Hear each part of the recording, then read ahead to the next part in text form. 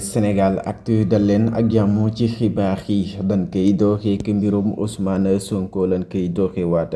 campagne bi nga xamante ne si ne nag moom mii di Ousmane Sonko instant bi Sénégalais yu ci bëree bëri ñoo ngi koy préparé bu baax rek pour waajal li nga xam si ne moom moo di campagne bi nga xamante ne si nag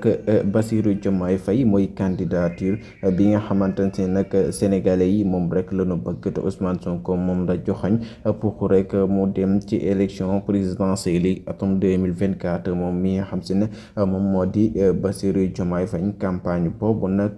Sénégalais yëpp ñoo koy xaar pour rek mu fekk ko ginnaaw moom mi nga xam si ne moom moo di Bassirou Diomaye Diakhar Faye demande de liberté provisoire bi nga xamante ne si nag amal nañ ko fii nga xamante ne nag moom mooy ci juge bi loolu daal dañ ko kaa mujj gàntal moom mii di Bassirou Diomaye Faye kon nag ana rek la ni xaarandi pour rek est-ce que moom mii di Bassirou Diomaye Faye demande liberté provisoire dina ko am pour mu dem def li nga xam moo di campagne comme li nga xam moom moo di candidature yi comme niñ koy defee dee leen wéy di abonné jaa ngeen jëf